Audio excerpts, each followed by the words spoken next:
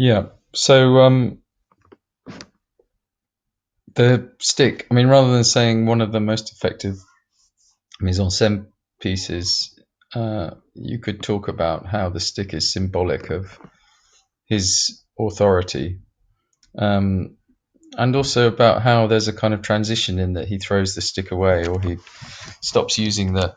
I think it's got a particular name, hasn't it? Isn't it called a katana or something?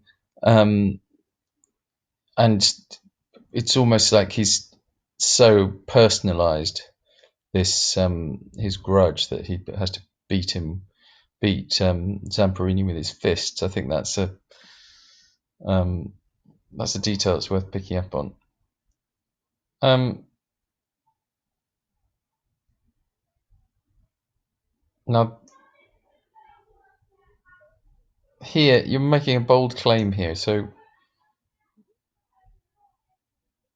she's trying to yes, to make this sequence as powerful as possible, but we're really looking to focus on the technique. So you don't need to say this is why she's doing it. What we really want to know is how she's doing, what she's doing, and how she's doing it. I think we can assume that she's trying to make the sequence as powerful as possible. So you might want to go back and just make the changes that I've suggested, but you might want to go back at the clip and just have a look at a few more technical things. So, for example, this is the punching bit we're talking about.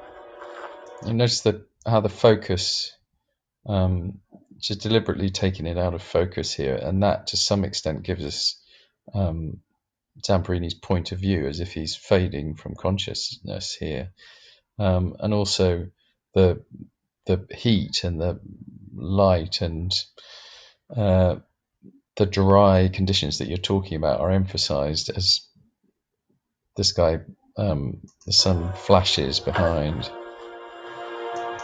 and there's what we'd call a match cut there.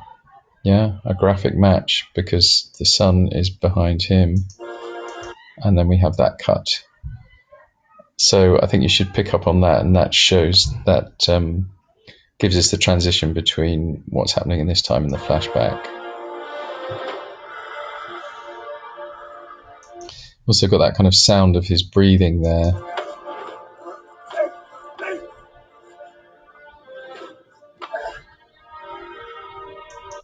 And a dissolve, but we can hear his breathing in the flashback,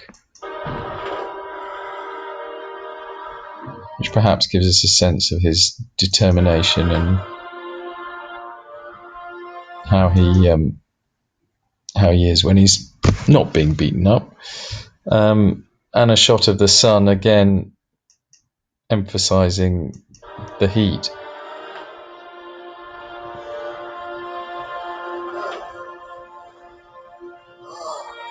And then we have a transition into his breathing here, which is obviously much more laboured because he's just been beaten up. So here sound design is quite important.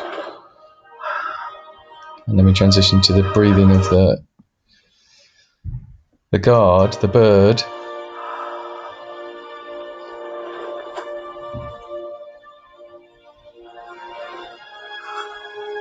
And in some ways his defeat.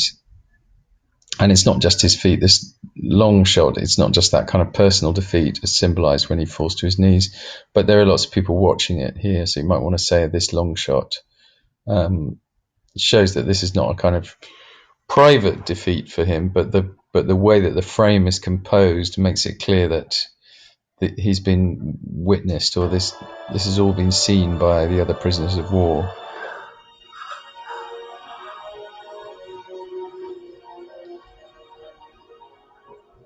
And the music, the cadence of the music sort of falling down here to connote a sort of tragic conclusion, sort of tragic for both of them, but particularly for the bird here.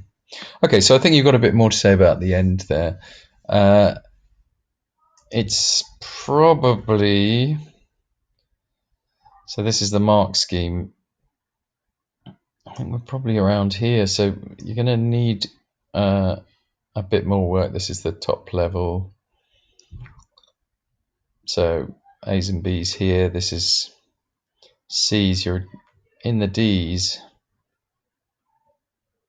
I'd say we're looking at around about 16 or 17 out of 30. So there's a lot of marks to make up. Have a go at the extra bit at the end that I've suggested. Make sure you're following the chronology of the piece from this happens, then this happens, then this happens, and try and get as much of the specific terminology that we have used. You've got to be careful. You can't talk about an extreme close-up if it's not an extreme close-up. Think about the camera movements. Tell the story of how Jolie is using the camera as well. That would be helpful to you. Okay, but well done. Good stuff there. I like your clip. It was a well-chosen clip. It's very interesting. Have a go at what I've suggested. Okay, Jack.